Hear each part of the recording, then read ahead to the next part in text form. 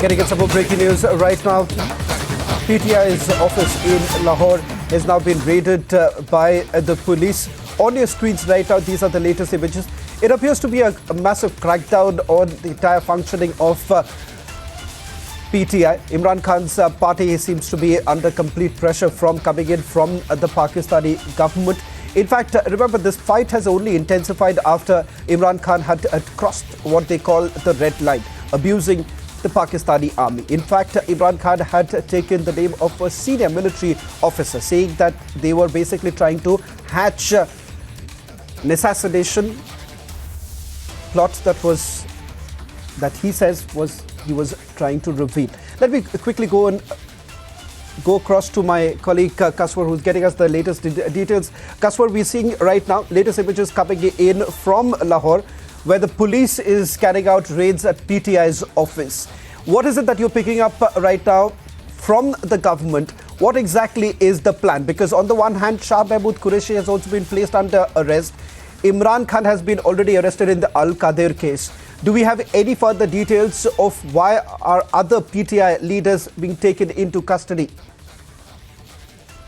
Well, definitely, you have rightly pointed out that the government has actually, what I am getting from the sources is that the government has actually decided to fix the Pakistan Tehreek-e-Insaf party as well. As you have rightly pointed out, that Imran Khan has been arrested, Shah Mahmood Qureshi has been arrested, and now what I am getting from the sources that the police teams have been deputed to arrest other party leaders, which include the former health minister and the former governor, PTA governor as well. They will be rounded up very soon. And what I can tell you on authorities that the Pakistan's government has actually given free hand to law enforcement agencies, not only Lahore, not only Punjab, but also in Islamabad and Khyber Pakhtunkhwa as well. They have given free hand to round up each and every worker and the leader who was involved in instigating or burning and then damaging the lives and the properties during the last 16 to 18 hours of rampage. Well, on the other hand, I can tell you is that the hundreds of PTA workers have already been arrested by Islamabad police, by Rawalpindi, and also same with the condition in Peshawar, Karachi, and Lahore as well. So I think the government has decided to deal Pakistan Tehreek-e-Insaf on priority, and they will fix him. A lot of people have already been arrested, and now the top tiers of Pakistan Tehreek-e-Insaf is hiding right now. Let me very clearly tell you that Shah Mahmood Qureshi has been on the run. Asad Umar has been on the run. They were arrested by the police team, who were actually deputed to arrest them. And Asad was arrested from the premises of Islamabad High Court, and same is the condition with the former foreign minister of Pakistan, Mr. Shah Mahmood Qureshi as well. And soon, well, I have got a message from sources within government that they will soon round up the top tiers. We'll bring in Kaswar in a short while from now, but let me quickly introduce our guests who are joining us on this broadcast. Mohammad Pantosa, Imran Khan's lawyer, is joining us from Islamabad. Mr. Pantosa, thank you very much for speaking to Republic TV. Let me straight away begin by asking you, Imran Khan is now behind bars. Islamabad High Court calls the arrest completely legal. What's the strategy that is being adopted by Imran Khan? What next for your leader? Well, first of all, in the very judgment that the arrest was termed as legal, there are several other things that have been said by the arrest or about the arrest, which makes it quite dubious that the arrest or the manner and the mode in which this arrest was made obviously says a lot of things about why this arrest was made.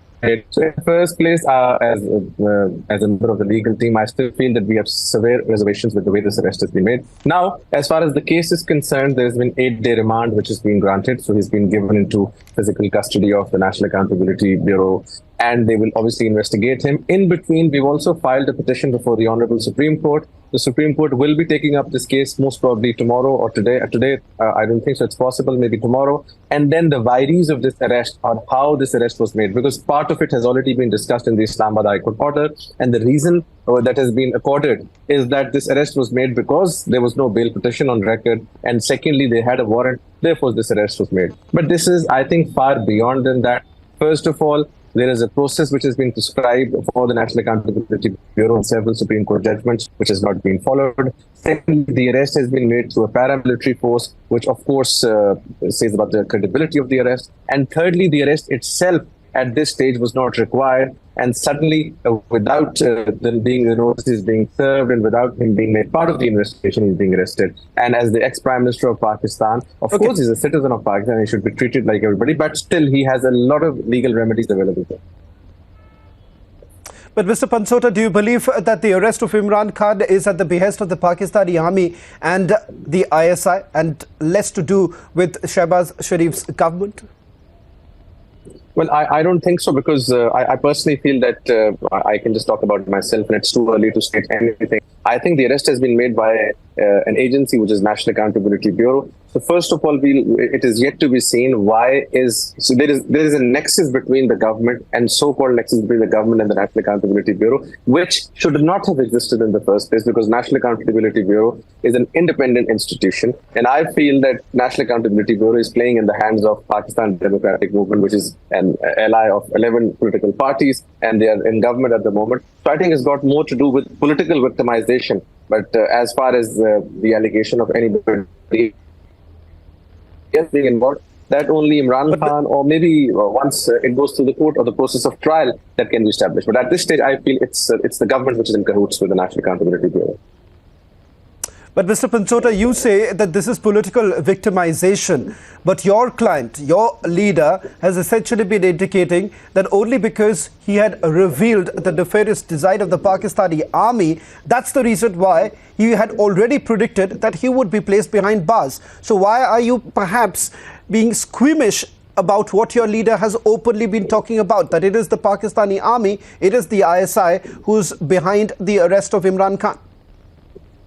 Well, that's what Khan Saab has made a statement, and of course he's at liberty to own that statement. That was in the general context of how things were unfolding in Pakistan against him. But specifically talking about this particular case, because this had just erupted yesterday in court, I feel this case in itself is a classical example of political victimization. And I can only talk about the merits of this case. As far as leveling allegations, or as far as proving allegations is concerned, the other part is yet to be seen in the days to come. Mr. Pantosa, what about the other cases that have been registered against Imran Khan? As I understand, there are dozens of cases. In fact, the numbers, some reports are suggesting that he has already 100 cases registered against him. What's the reality?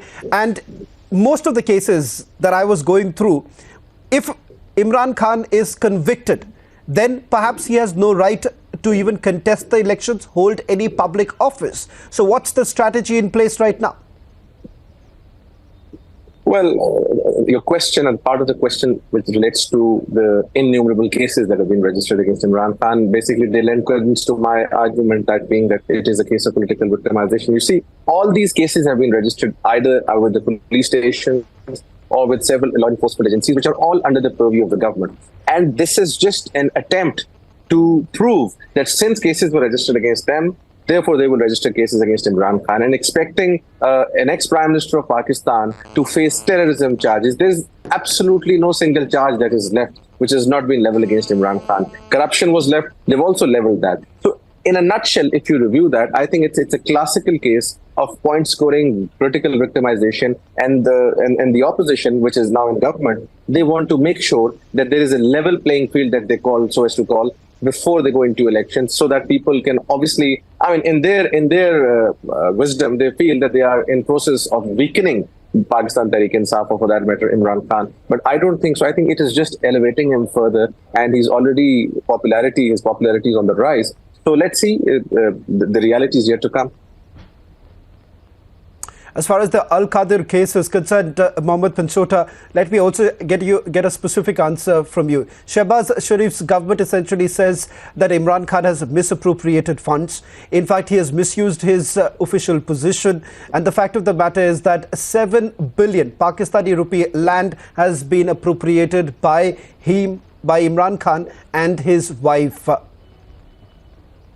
Well, as far as the merits of the case is concerned, it is still under investigation. It's a sub judice matter. However, I must comment, borrowing my previous argument, that Shehbaz Sharif's government, because they faced a lot of criminal cases, and some of them were obviously decided against them, so there were convictions in field against Nawaz Sharif and other people in Pakistan. So they are also trying to create a similar narrative that either Imran is also corrupt, or this entire process is a farce. Therefore, they're also not corrupt. So they're just trying to create that level playing field. So in my view, I think they are being unsuccessful. And even as far as the merits of this case are concerned, it will not succeed. It's a frivolous case on the face of it. Imran Khan has clearly replied to them, and the courier receipt was also shared with them that we filed a reply.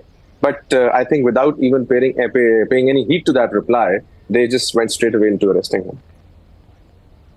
Well, thank you very much, Mohammad Pantosa, for joining us on This Is Exclusive, getting us more details about the case. Imran Khan's lawyer calls it political victimization. Slipping into a short break. On the other side, the big exit poll coming up.